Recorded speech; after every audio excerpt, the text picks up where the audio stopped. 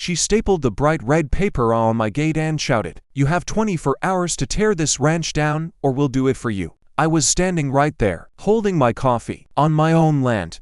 I looked at the paper, big bold letters, HOA final notice, under it, her signature. Melissa Harper, HOA president, self-appointed queen of the neighborhood. "You can't build this kind of structure here," she snapped, pointing at my barn. "This isn't Texas farmland.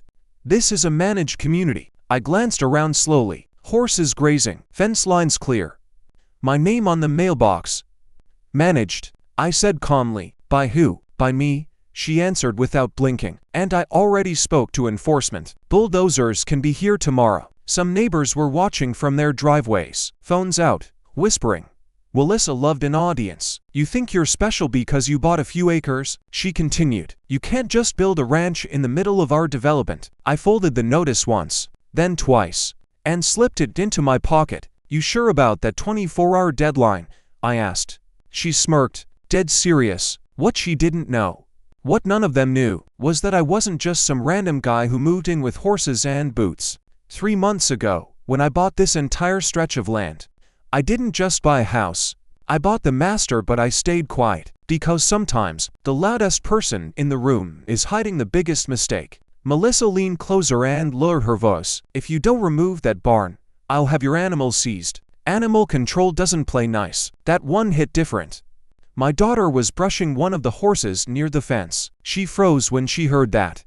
I walked over to her, placed my hand on her shoulder, and said loud enough for everyone to hear, "Don't worry. Nobody's taking anything from us." Melissa laughed. "You really think you can fight the HOA?"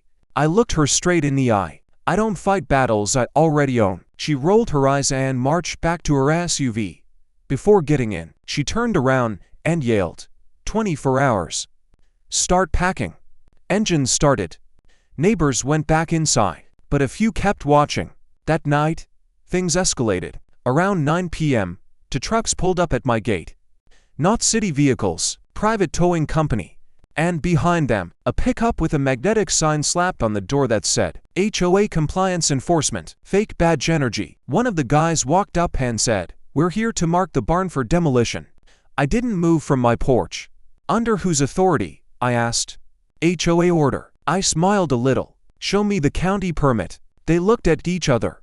No permit, just Melissa's signature. And that's when one of them said something that made everything click. "Ma'am," said, "the owner doesn't actually live here full-time." Said, "This is investment property." I stepped down off the porch slowly. Did she now see? That was twist number 1. Because I didn't just live there. My name wasn't just on the deed. I was the majority landholder of the entire subdivision. The homes around my ranch, built on parcels leased from my holding company. Melissa didn't own this neighborhood. She paid monthly ground lease to me, but I hadn't told anyone yet. Instead, I pulled up my phone and hit record. "You're attempting demolition without a county order," I said calmly. "That's criminal trespass and property damage." One guy immediately stepped back. "We just got hired, man, by someone who doesn't own the land." Silence. The fake HOA truck slowly reversed. They left, but Melissa wasn't done. At 6 a.m. the next morning, sheriff deputies rolled in. Real ones this time. She stepped out of her SUV looking victorious. "I told you he'd refuse," she shouted. "He's violating structural codes and operating livestock illegally." One deputy walked up to me. "Sir, we received a complaint." "I know," I said gently. "Before we go further, can I show you something?" Melissa folded her arms. "This is public record." "He's done." I handed the deputy a folder. Inside was the master development agreement, county stamped, and one highlighted page. Section 4.2. Land Authority and Lease Control. The deputy's eyebrows went up. He looked at Melissa. "Ma'am, are you aware you're leasing your lot?" Her smile faded. "What? No. I own my house." "Yes," I said quietly. "You own the structure, not the land." The neighbors had started gathering again. The deputy cleared his throat. "Sir, according to this document, you are the landholder for this entire phase of the community." I nodded. "And HOA authority, subject to landholder approval." Melissa shook her head. "That's not possible. I'm HOA president." I finally stepped forward, voice calm but steady. "You're president of a committee on land you rent. Dead silence. One neighbor whispered, "Wait. Does that?" I turned slowly toward the small crowd. "Yes," I said. "It means every single monthly HOA lease payment comes through my office." Melissa's face went pale. "And since you gave me a 24-hour demolition notice on my own ranch," I continued softly, "I spent last night reviewing lease terms." The deputy looked between us. "Is this a civil matter now?" "Oh, it is," I said. "Very civil." Melissa tried to interrupt. "You can't intimidate residents." I looked at her directly. "I'm not tearing down my ranch." Pause. "But I am adjusting land lease rates." Gasps. "Effective immediately," I said calmly. "All lease payments will increase tenfold for any resident who signed or supported the unlawful enforcement order." Her mouth opened, but no sound came out. One viral line spread through the crowd like fire when I said it next. "You tried to evict the landlord." And that was just the first 20 for Melissa didn't scream this time. She laughed, a sharp, fake laugh. "You can't just raise rent because you're mad." "I'm not mad," I said. "I'm responding." The neighbors were whispering louder now. Phones out again. Some of them were scrolling through their HOA group chat. My phone buzzed. The HOA emergency thread exploded. "Melissa, he's bluffing. Don't panic. He has no authority to change anything." I tilted my screen toward the deputy. "Would you like to see the lease addendum clause?" The deputy gave a small nod. Section 9.1. Lease adjustment upon breach or harassment of landholder. Melissa's signature was on the master HOA agreement. She signed it 2 years ago, and she became president. Her own pen. Her own ink. Her face went from red to white. "That clause is for extreme situations," she snapped. I looked around slowly. "You sent demolition crews to my home, threatened to seize my animals, filed a false structural violation, and brought officers here under a false claim." Pause. "That qualifies." One neighbor stepped forward. "Mr. Jensen, retired Marine. Quiet guy." "Melissa, you told us this land was community-owned." She turned to him fast. "That's what we were told." "By who?" I asked gently. Silence. Because there was no we. It was her.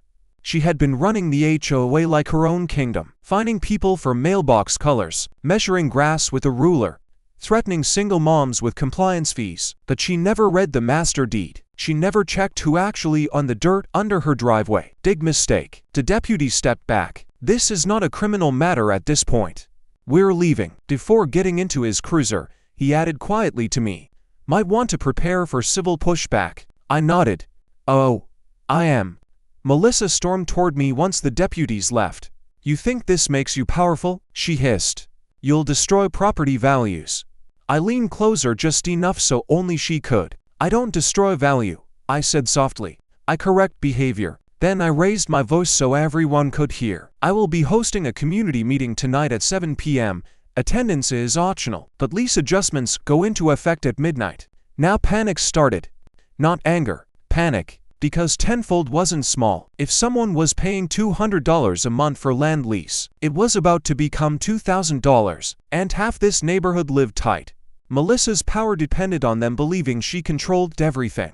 Now they were realizing she didn't control the ground beneath her own porch. She pulled out her phone and started dialing. I already knew who she was calling, her lawyer. Funny thing is, I knew him too. By noon, I got the call. "Mr. Carter," the lawyer said carefully, "Melissa Harper claims you are acting in retaliation." "Is she denying the demolition attempt?" I asked. Silence. "I have footage," I continued. "Trespass, unauthorized enforcement, threats involving animal seizure." Another pause.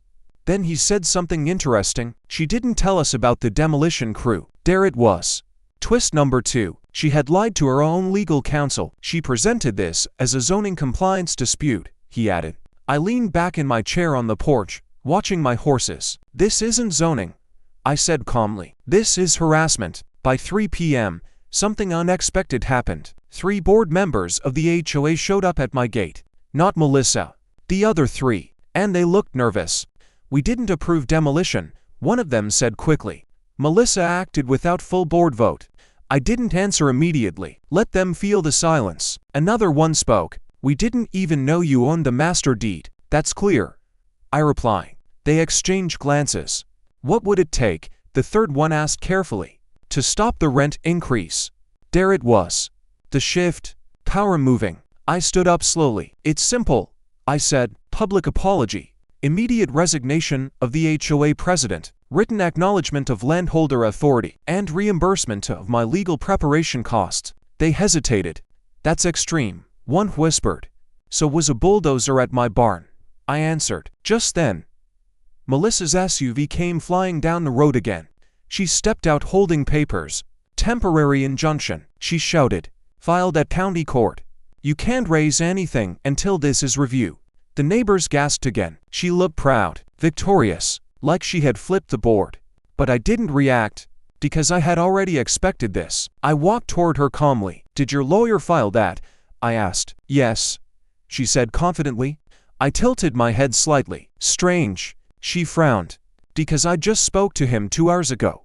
Her confidence cracked for half a second. Then she snapped, I got a second opinion. I took the paper from her hand and scanned it quickly. Then I smiled. Small. Controlled. You filed this yourself. Her jaw tightened. You used a generic online injunction template. One of the board members leaned closer. Melissa, this isn't stamped. There was no clerk seal. No case number. Nothing official. Just her signature. She had tried to bluff the entire neighborhood. Again, and this time. Even her own board saw it. I handed the paper back to her gently. You really should stop pretending to have authority you don't. A neighbor from across the street said it loud enough for everyone. Did she just fake a court order? The crowd shifted, and for the first time, they weren't looking at me with suspicion. They were looking at her with doubt. Melissa's voice got shaky. He's manipulating all of you. I shook my head slowly. No. Melissa. Pause. You did that all by yourself. And as the sun started going down, I realized something. This wasn't about rent anymore. This was about exposure. And when people who crave control start losing it, they do desperate things. I had a feeling tonight's meeting wasn't going to be peaceful. By 6:45 p.m., my driveway looked like a town hall meeting. Foldable chairs. Neighbors standing in small groups. Phones recording. The air felt heavy, like a storm was coming, but no clouds in the sky. I didn't set up a stage. I stood near the fence, on my land. Melissa showed up last. No smile this time. No loud entrance. Just tight lips and fast steps. At exactly 7 p.m., I spoke. Before anything else, I said calmly, this is being recorded. Transparency matters. A few heads nodded. Melissa crossed her arms. You're trying to intimidate residents. I'm giving them facts. I pulled out a printed copy of the master deed and held it up. This community sits on 42 acres. The land is owned by Carter Holdings. That's me. Murmurs spread. Each homeowner owns their structure. I continued. That the ground beneath it is leased. That lease includes behavioral clauses. One neighbor raised her hand. So, can he really raise rent? Yes, I answered before Melissa could jump in. Under breach conditions. Melissa finally stepped forward. There was no breach. I looked at her. You authorized demolition equipment without county approval. I was protecting property value. You threatened animal seizure. You built without approval. I took a slow breath. Show me the clause that bans barns. She flipped through her binder fast. Pages turning. Nothing. Because there wasn't one. The ranch existed before the subdivision phase was sold. It was grandfathered in the county filing. She never checked. Twist number 3. One of the board members cleared his throat. Melissa, did you ever verify zoning before issuing the 24-hour notice? Silence. The crowd shifted again. She pointed at me. He's using legal tricks. I shook my head. No. I'm using documents. Then I did something she didn't expect. I projected something onto a portable screen behind me. Security footage. Clear video. Her standing at my gate yesterday, telling the demolition crew, the owner doesn't live here, just mark it. Gasps. The audio was crystal clear. And then another clip. Her telling the towing company, if he resists, we'll have him removed. Removed. On my own land. She looked at the screen. Then at the crowd. That's edited. She shouted. I turned to the deputy who had quietly come to observe again. He stepped forward. I reviewed this footage earlier today, he said evenly. It appears unaltered. That was the moment the energy flipped completely. Mr. Jensen stood up. Melissa, you told us you was breaking the law. She didn't answer. Another neighbor added, you fined my wife $300 for a bird feeder. Someone else shouted, You charged us late fees during Christmas. Now it wasn't about me anymore. It was about all of them. She tried one last "you can't remove me. I'm elected." I nodded slowly. "You're right." For half a second, relief flashed across her face. Then I finished. "But the lease agreement gives landholder veto authority over HOA leadership if misconduct threatens property stability." Dead quiet. I held up another highlighted page. Section 11.4. Board removal by landholder override. Signed. Stamped. Filed. "You don't get to weaponize a neighborhood," I said calmly. "Not on my land." Her voice cracked. "You planned this." "No," I reply. "You forced this." The board members huddled quickly. Whispers, shaky nods. Then the oldest one turned around and said it clear. "Effective immediately. Melissa Harper is removed as HOA president pending formal vote." The crowd erupted. Not cheering. Relief. Melissa stood frozen. "You can't do this," she whispered. But it was already done. She looked at me one last time. "You think you won?" I stepped closer, voice low but steady. This was never about winning. Pause. It was about boundaries. She walked back to her SUV slow this time. No shouting. No threats. Just silence. As people began tacking up chairs, one neighbor approached me carefully. "So, what happens to the rent?" I looked around at the families. Kids playing near mailboxes, flags on porches. People who just wanted peace. "I keep my word," I said. "Tenfold increase applies only to the signed enforcement order." 3 hands slowly raised. 3 board members. They had signed it under her pressure. Their faces went pale. "I suggest you review what you put your name on next time," I said calmly. That was justice. Legal. Measured. Clean. As the crowd thinned out, my daughter walked up beside me. "Dad, are they going to leave us alone now?" I looked at the ranch, the barn, the sunset hitting the fence line. "For now," I said softly, but deep down, I knew something wasn't over. Because when someone loses public power, sometimes they look for private revenge. And as Melissa's SUV disappeared around the corner, my phone buzzed with a notification. Unknown number. 1 sentence. "You just made a very expensive." I stared at the message for a long second. Unknown number. No name. No signature. Just that line. "You just made a very expensive mistake." My daughter was still beside me. I locked my screen and forced a calm smile. "Go inside, kiddo. Feed Ranger before it gets dark." She nodded and ran toward the barn. I didn't move. Expensive mistake. I've dealt with threats before. Real ones. The kind that don't come with emojis and fake court orders. By 9 p.m., I had cameras double-checked, gates locked, perimeter lights on. Total darkness. The ranch went silent. No porch lights, no barn lights, just moonlight and the sound of horses shifting nervously. That wasn't random. This area almost never loses power alone. If there's an outage, the whole phase goes dark. I stepped onto the porch and looked across the street. Every other house had lights on, just mine. I smiled slightly. "Okay, Melissa." I grabbed a flashlight and walked toward the breaker panel near the side fence. And that's when I saw it. The meter box was open. Wires pulled loose. Not professionally cut, but tampered with. That crossed a line. I pulled out my phone and started recording again. Footprints in the dirt near the side gate. Fresh tire marks outside the fence line. Someone had come onto my property. This wasn't HOA drama anymore. This was criminal. Before I could call it in, headlights appeared at the end of the road. 1 car. Slow. Too slow. It stopped across from my gate. Engine still running. Tinted windows. I stood still. Flashlight lowered but phone recording. The window rolled down just an inch. A voice came out. Male. "You should have taken the barn down." Not Melissa. Not her voice. Different. Calmer. Professional calm. I stepped closer to the fence but stayed inside my line. "Who sent you?" I asked. The car didn't move. Some people don't like losing money. Then the window rolled back up. The car drove off. Slow again. Not speeding. Like they weren't scared. That told me something important. This wasn't emotional revenge. This was business. I called the sheriff's department. Not the local line. A direct contact.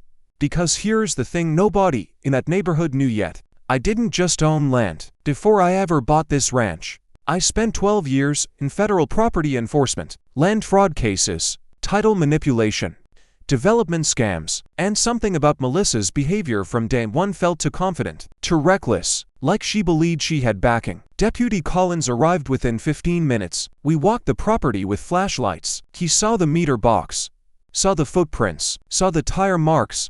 "Someone wanted to scare you," he said. "Or push me," I replied. "Push you where?" I looked toward the subdivision entrance.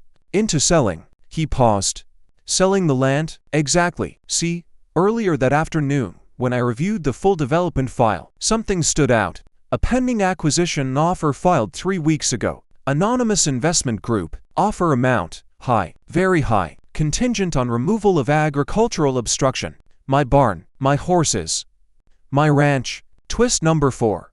Melissa wasn't just power-hungry, she was clearing obstacles, and if she could force me out, the land under 42 acres would flip for millions. Deputy Collins looked at me carefully. "You think she's connected to that group?" I think she thought He nodded slowly. "You want patrol overnight?" "I want the meter dusted for prints." He gave me a small smile. "Now you're talking like your old job again." I didn't answer, because something else clicked in that moment. The 3 board members who signed the demolition order, all of them recently refinanced their homes. And their new lender? Same investment group name. Suddenly, the tenfold rent increase wasn't punishment. It was leverage. If they were financially tied to that group, they were pressured, used. The next morning, things escalated again. County inspectors showed up. Official trucks. Clip sports. This time it was zoning compliance, septic review, livestock density count, heavy stuff, paperwork warfare. Melissa stood across the street watching from her porch.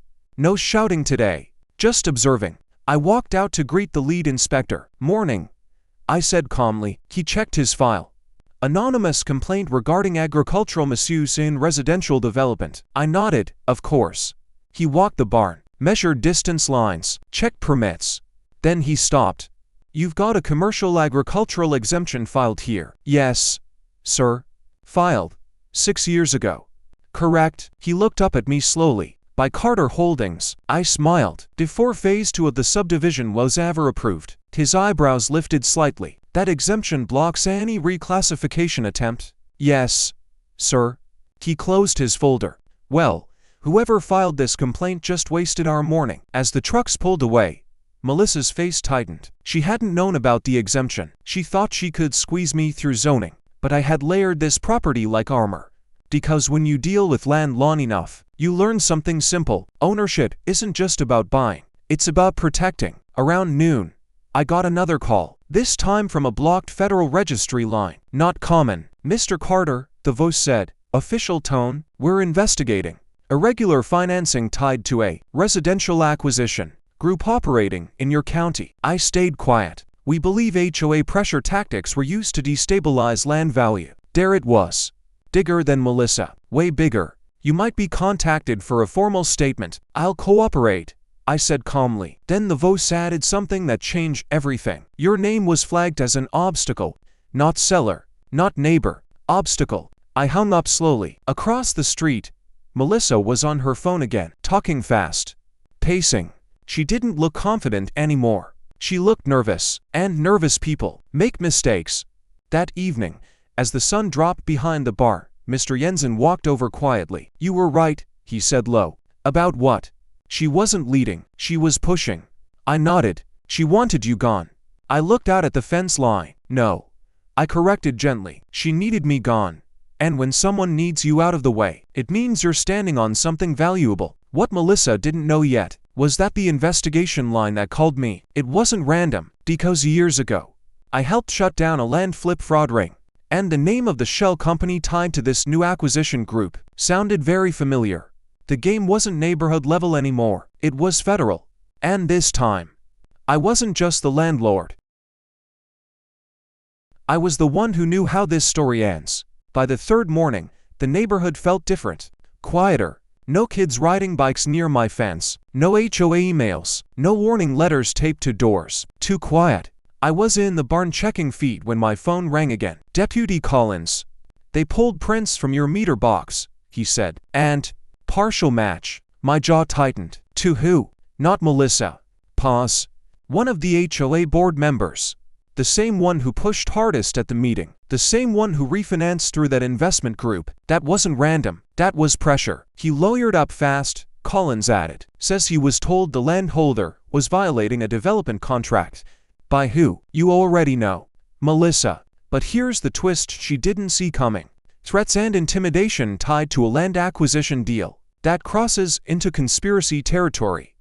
Not HOA drama. Federal problem. By noon, two black SUVs rolled into the subdivision. Not county. Not local. Suits, badges. The kind of quiet authority that doesn't argue. They didn't come to my house first. They went straight to Melissa's. Curtains moved across the street. Neighbors peeking. I stayed where I was. Let the storm walk toward her this time. About 20 minutes later, one of the agents crossed the road and approached my gate. Mr. Carter. Yes. We have reason to believe the HOA enforcement actions were coordinated with an outside development fund attempting forced acquisition. I nodded slowly. I figured. He studied me for a second. You've dealt with this before. More than once. He gave a small nod. We're executing a search warrant for electronic communications. Across the street, Melissa stepped out onto her porch suddenly. No. This is harassment, she shouted. One of the agents calmly showed her paperwork. Real paperwork this time. Stamped, filed, signed. The neighbors started gathering again. But this time, nobody stood beside her. She looked around for support. No one. Her power had always depended on fear. Now that fear was gone, she locked eyes with me across the street. You did this, she yelled. I didn't raise my voice. No.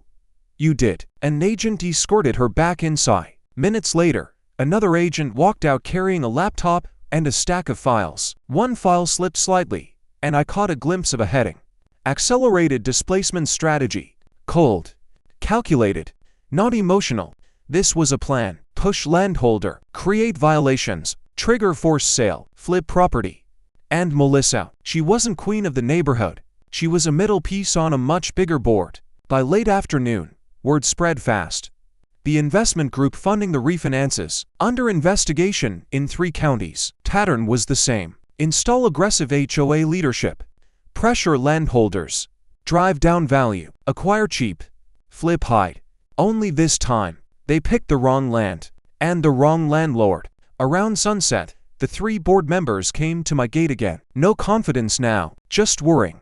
We didn't know, one of them said quickly. They told us it was standard development restructuring. You signed demolition approval. I replied calmly. We were told you were stalling a community upgrade. Upgrade. That's what they called erasing a ranch. I let the silence stretch. Then I said something simple. Intent matters, but signatures matter more. One of them swallowed hard. Are we going to lose our homes? That hit different. Because now this wasn't about pride. It was about families. Kids. Mortgages. I exhaled slowly. No. I said. Relief flooded their faces. But your lease increase stays in effect for now. Their relief faded slightly. Why? One asked. Because pressure teaches attention, I answered. Pause. And I need to know you're not still tied to them. They nodded quickly. We'll cooperate. Good. Because I wasn't interested in destroying the neighborhood. I was interested in cleaning it. That night, Melissa was escorted out of her house. Not arrested, but formally served. Civil fraud investigation. Conspiracy inquiry. Her SUV sat in the driveway untouched. She didn't look at me as she walked to the waiting car. She looked small, not powerful, not loud, just exposed. My daughter stepped onto the porch beside me. Is it over? She asked quietly. I looked at the fence line glowing under the security lights. Almost. Because there was still one thing left. The acquisition offer. If the investment group collapsed, those refinance agreements tied to it would freeze. And if that happened, half this neighborhood would be financially stuck, unless someone stepped in. The next morning, I made a decision. I called my attorney. Draft a buyout offer, I said. For the homes. For the loans. Silence on the other end. That's expensive. I know. Pause. Why would you do that? I looked out at the barn. At the end of the day, I said quietly, this land isn't just dirt. It's because here's the final twist they never expected. I didn't just own the land. I had the liquidity to own the debt too. By afternoon, formal letters went out.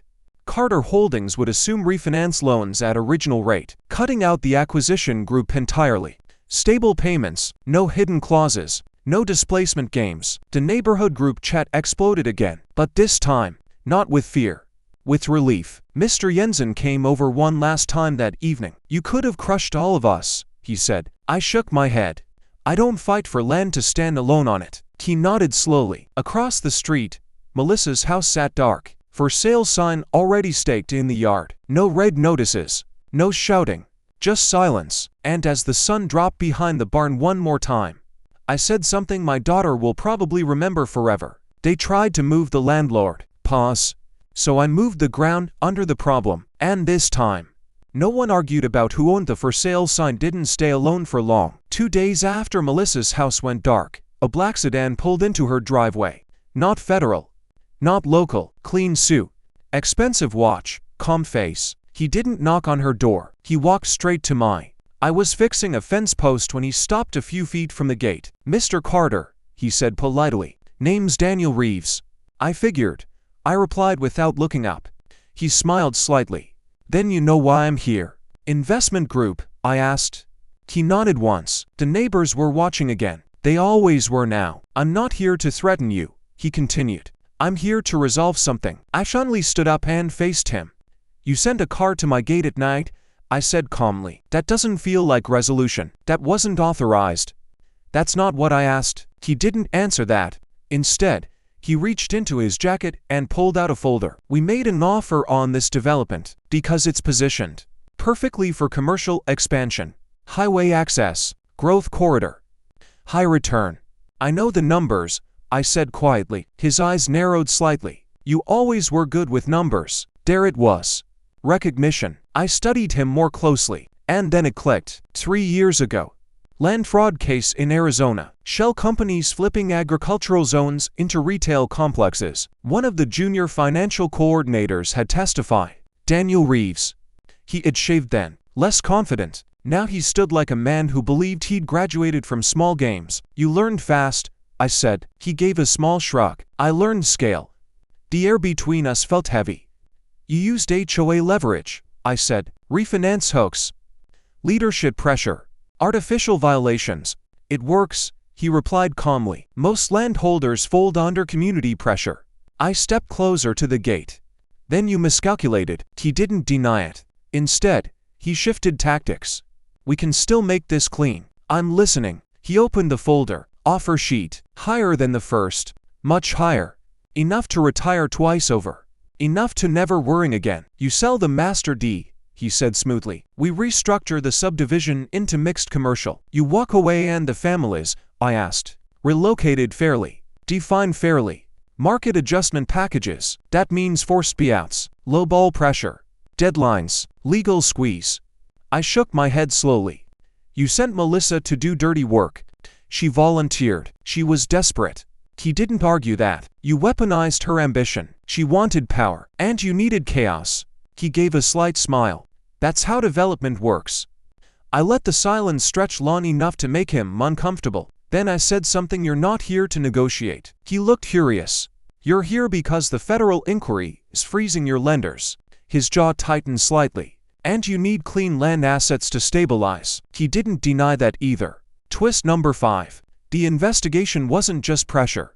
It was choking their cash flow. He leaned in slightly. "You shut this down, Carter, and this becomes ugly." I met his gaze evenly. "You already tried ugly." He straightened his jacket. "We can escalate. You can try." We stood there, eye to eye. Then he said something quieter. "You don't want this to reach litigation. I don't want you near my neighborhood." He studied me one last time. "You're protecting sentiment," he said. "I'm protecting structure." He paused. "You think you're the hero here?" I shook my head. "No." Pause. "I'm the owner." He closed the folder slowly. "This isn't over." I gave him a calm nod. "I know." He walked back to his car without another word. But he didn't drive away immediately. He sat there for almost a full minute. Thinking, calculating. Then he left. That evening, I called a private meeting with the remaining board members and a few key residents. No drama, no yelling, just clarity. "The investment group is unstable," I told them. "They will attempt to salvage value." "How?" One neighbor asked nervously. Legal pressure, rumors, financial squeeze. Mr. Jensen crossed his arms. We stand together. I looked around the circle. That depends. They waited. You stop letting fear choose leadership. Silence. Then one of the former board members spoke up. We trusted Melissa because she was loud. That's the mistake, I said calmly. Loud isn't strong. Over the next week, something unexpected happened. The community changed. Not overnight, but slowly. Neighbors started talking directly instead of hiding behind HOA emails. Fines were reviewed. Policies simplified. No more ruler measuring lawns. No more intimidation letters. But Reeves wasn't done. A week later, property values online suddenly dropped. Listings showed pending commercial rezoning risk. Fake speculation posts flooded local forums. Anonymous accounts warning buyers to stay away. Market sabotage. Clever. Scare buyers. Lower perceived value. Pressure sell. I called the county planning office. No rezoning request filed. Not even preliminary. He was bluffing through perception. I recorded a simple video on my porch. No fancy editing. No big speech. Just facts. This land is stable. No rezoning filed. No commercial shift. Documents available publicly. It spread fast in the neighborhood group. Then outside of it, truth travels slower than fear. But it lasts longer. 2 days later, Reeves returned. Not alone this time. Lawyer beside him. They didn't smile. We're filing civil obstruction, the lawyer said. For what? I asked. Interfering with contractual acquisition. I almost laughed. You mean refusing to sell my land? The lawyer stayed stiff. You induced residents to withdraw refinance agreements. I offered better terms, with intent to destabilize our client. Your client destabilized my neighborhood. The lawyer adjusted his glasses. We can drag this for years. Then drag. Reeves finally spoke again. You're costing us millions. You tried to take something that wasn't yours. His composure cracked slightly. It was strategic expansion. It was predatory. The neighbors were watching from windows again. Reeves noticed. He lowered his voice. You can't outspend us forever. I leaned closer. You don't know what I can afford. And that wasn't ego. It was preparation. Years ago, after shutting down a fraud ring, I invested carefully, quietly. Land, stable sectors, liquidity. I didn't build wealth to flash it. I built it to protect ground. The lawsuit was filed anyway. Headline: Development Group sues ranch owner for obstruction. They thought public pressure would shake me. Instead, something else happened. Local media picked it up. Then someone connected dots. The same investment group was under federal inquiry into other states. Pattern recognition spreads fast when paperwork backs it up. Reeves called me directly that night. You went to media? No. Then who? Truth has a way of walking. He exhaled sharply. You're not playing defense. I never was. Silence. Then he asked the question he'd been avoiding. What do you want? Finally, there it was. Not threat. Not offer. Not bluff. Just that. I answered clearly. You pull every refinance tie to this neighborhood. Impossible. You dissolve acquisition attempts. He hesitated. You withdraw the lawsuit. Long silence. That's expensive, he muttered. So was underestimating me. He didn't hang up. He didn't agree either. 3 days passed.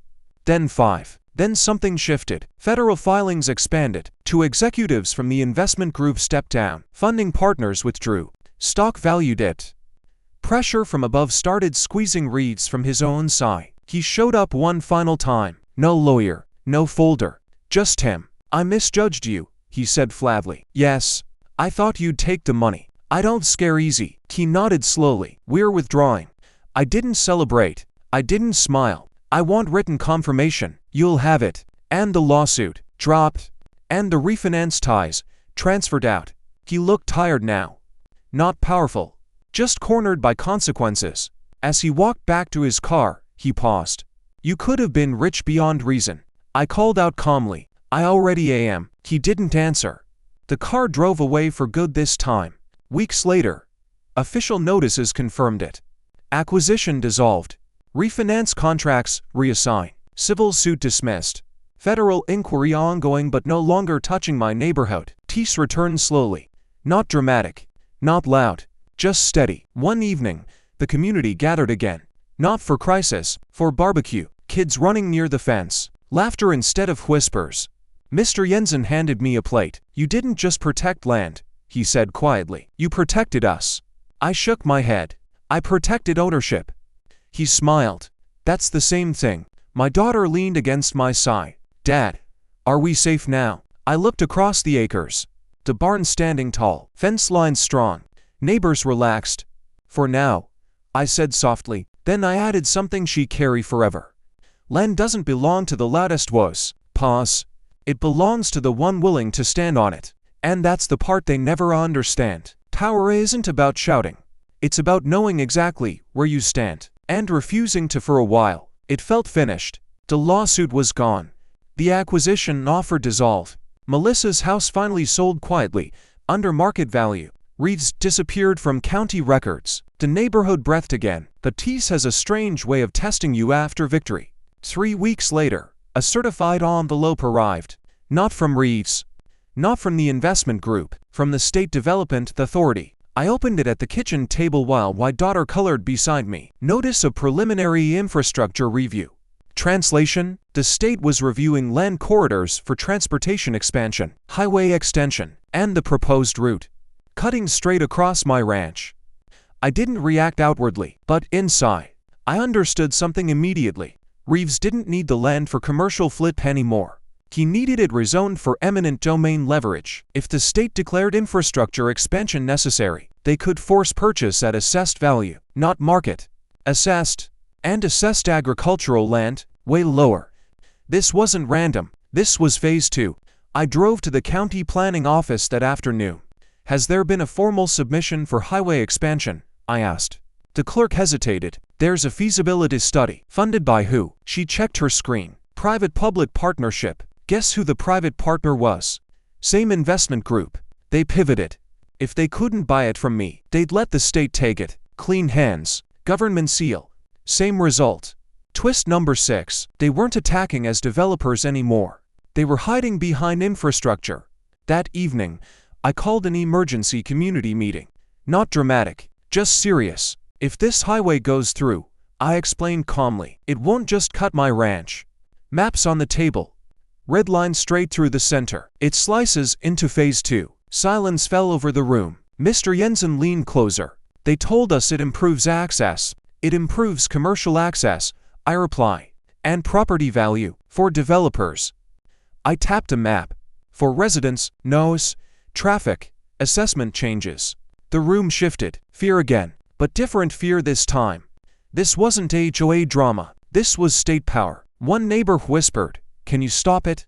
I answered honestly, "Not alone." Because this time, ownership wasn't enough. Eminent domain doesn't care who you are.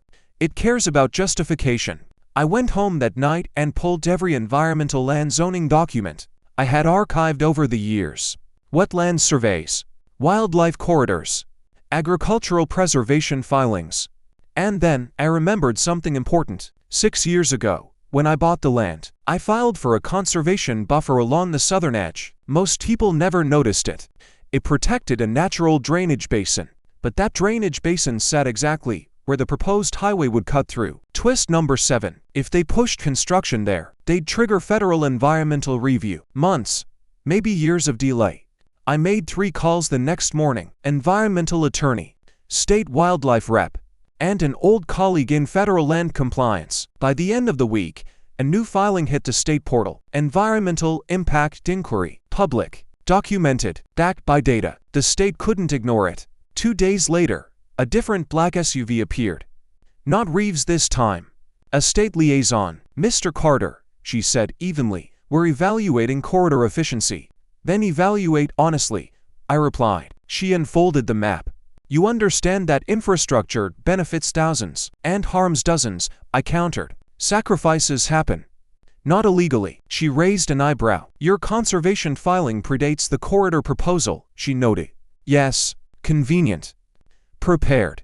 She closed the folder slowly. "You're making this complicated." I met her eyes steadily. "They made it necessary." The pressure started again. Letters from the state. Community surveys mailed out. Online ads promoting growth and opportunity.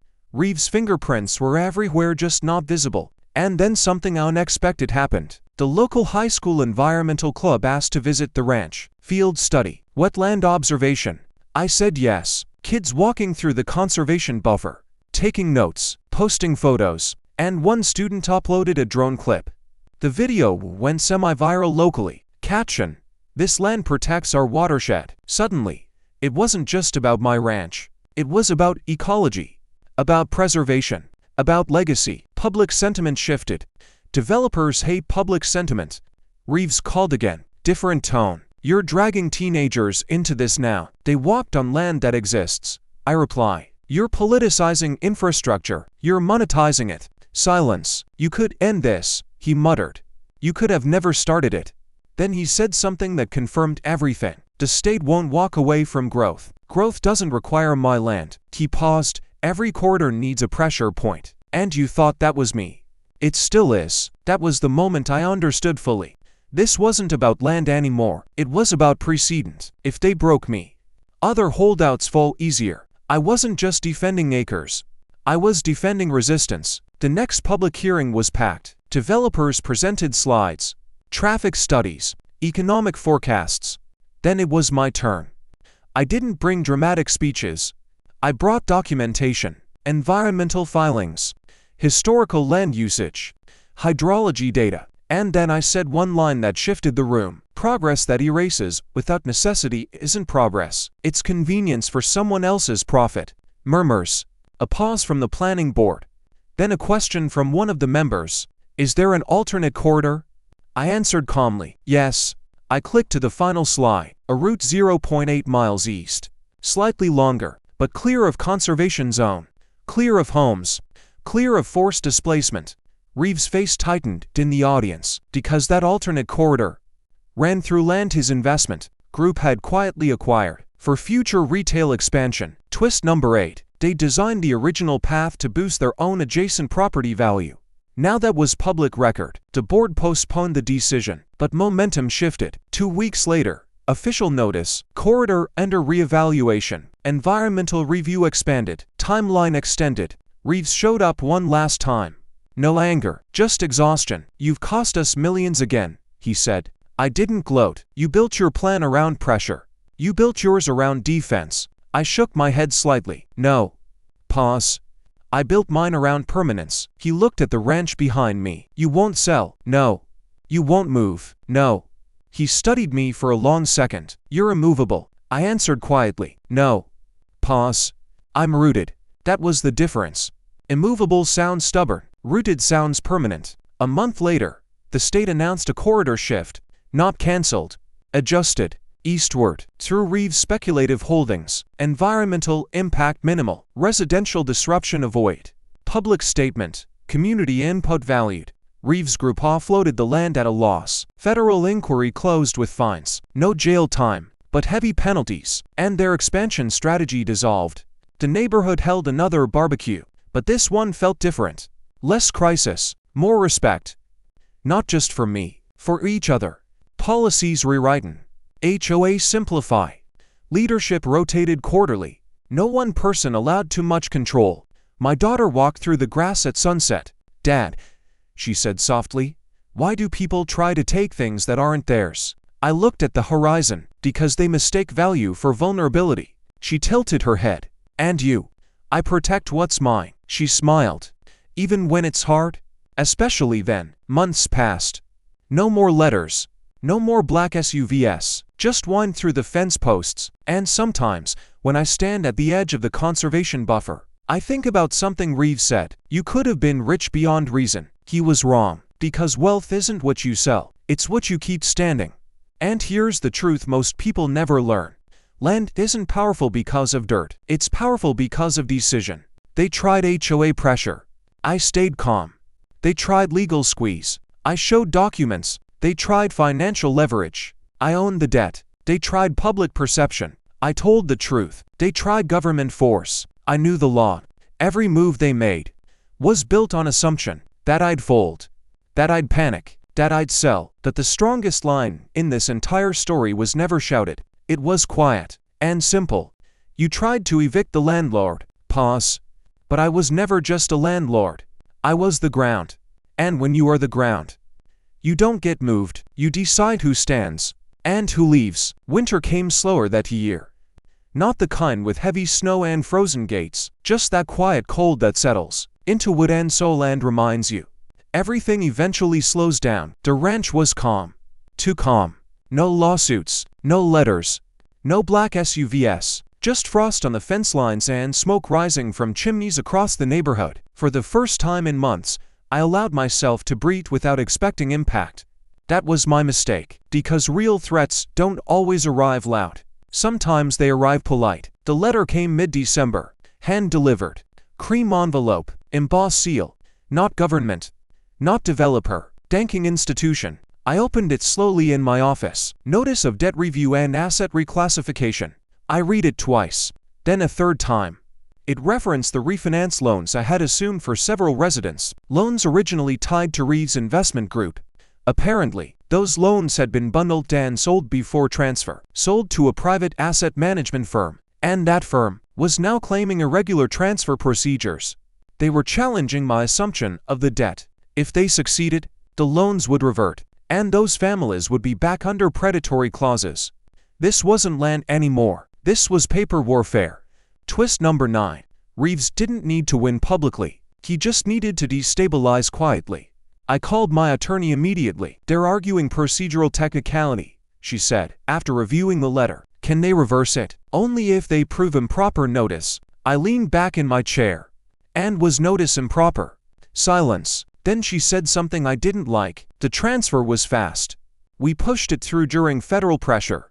Meaning, there was vulnerability. Not illegal, but vulnerable. And vultures circle vulnerability. 2 days later, 3 families received similar letters. Panic returned to the neighborhood. Different flavor this time. Not anger, fear of foreclosure. One of the homeowners knocked on my door that night, hands shaking. "They say we owe back penalties if the transfer reverses." I read the document carefully. Hidden in the fine print was a clause allowing rate spike upon contract reassignment failure. Dirty, legal, but dirty. I looked at him calmly. "You won't lose your house." "You sure?" "Yes, because here's the thing about predators. They rely on intimidation. But intimidation collapses under sunlight." The next morning, I drove straight to the asset management firm's office downtown. Glass building, clean lobby, professional smiles. They weren't expecting me in person. That always shifts balance. I was escorted to a conference room. 3 suits entered. Lead representative introduced himself. "We're reviewing irregular loan assignments. You bought those loans in bulk." I replied evenly, before federal inquiry closed. "That's correct." "You knew they were tied to investigation." He didn't answer that. "You're attempting to reassert predatory clauses." "We're protecting shareholder value." I leaned forward slightly. "You're threatening families to pressure liquidity." One of them cleared his throat. "The reassignment bypassed secondary market notification." Technicality. There it was. "Are you challenging legality?" I asked. "We're reviewing enforceability." I let a small pause sit between us. Then I placed a folder on the table. Inside, recorded communication between their firm and Reeves Group. Yes, because when Reeves called me weeks ago, I didn't just listen. I documented, time-stamped, and cross-referenced. "You acquired distressed refinance packages knowing federal inquiry risk." I said calmly, "If you attempt reversal, that becomes coordinated financial coercion." Silence. The lead rep studied the papers carefully. "You're suggesting liability." "I'm stating it." He leaned back slowly. "You're not a homeowner." "No." "You're not a developer." "No." "Then why are you fighting this?" I answered without hesitation. "Because I signed my name under those families." That shifted the room. They expected ego, not responsibility. The meeting ended without resolution, but something in their tone changed. Less confident, more cautious. Still, 2 weeks later, formal notice of arbitration was filed. They were pushing. I gathered the affected families again. Kitchen table meeting this time. Not dramatic, just real. "If this goes to arbitration," I explained, "it will cost time." "Will we owe anything now?" one asked. "No. But we're nervous," another admitted. I looked around the table. "You trusted me when I took over those loans." They nodded. "Then trust me again." One of the older neighbors spoke softly. "Why are they doing this?" "Because stability threatens profit." That's the truth nobody likes to admit. Predatory systems don't collapse quietly. They test the edges. Over and over. Arbitration was scheduled mid-January. Private hearing. Financial panel. No media. No drama. Just contracts. They presented their argument first. Procedural defect. Secondary notice gap. Market reassignment confusion. All very technical. All very intentional. When it was my turn, I didn't start with emotion. I started with timing. Loan purchase date. Federal inquiry timeline. Communication logs. Recorded developer coordination. And then I showed something they didn't expect. A clause in the original refinance package. Dairy deep. Transfer allowed under. Protective landholder override. In event of course of acquisition attempt. It was rare language. Old. Hardly ever used. But years ago. After dealing with fraud rings, I began inserting protective override clauses into every holding contract I touched. Quietly. Without drama. And that clause made the reassignment airtight. Their technicality evaporated. The panel requested a recess. When they returned, the lead arbitrator spoke clearly. Reassignment stands. No procedural defect. Just like that. Stability restored. But I wasn't finished, because here's what predators hate most. Consequences. After the hearing, I requested formal review of the asset firm's acquisition disclosures. If they purchased distressed packages under federal inquiry without disclosure to secondary investors. That's misrepresentation. 2 weeks later, news broke quietly in financial circles. The asset firm settled a compliance review. Fines, reputational hit, and they exited the region entirely. No more letters. No more arbitration. Tease again, but deeper this time. Because the neighborhood understood something new. Threats don't always look like bulldozers. Sometimes they look like paperwork. Spring returned with soft rain. Grass grew thicker. Fence lines repaired. And something else changed. The community didn't wait for crisis to gather anymore. They formed committees. Rotating oversight. Open meetings. Transparency logs. Not because I forced it. Because they learned. One evening, Mr. Jensen stood beside me watching the horses. You ever get tired? He asked quietly. Of what? Standing. I thought about that. Sometimes, I admitted. But I don't get tired of protecting. He nodded slowly. You know they tried 3 different angles. I know. HOA power. Development pressure. Financial squeeze. And he smiled slightly. They kept hitting ground. That's when I realized something. This story was never about Melissa, or Reeves, or even the state corridor. It was about layers. If you only defend once, you lose eventually. If you defend in layers, pressure dissolves. My daughter came running toward us. Dad, look. She held up a school paper. Title: Why My Home Matters. She read it out loud. My home isn't just our house. It's the land under it. And my dad says land stays when people stand. I swallowed something heavy in my throat. Kids understand truth in simple ways. Land stays when people stand. That line stuck with me.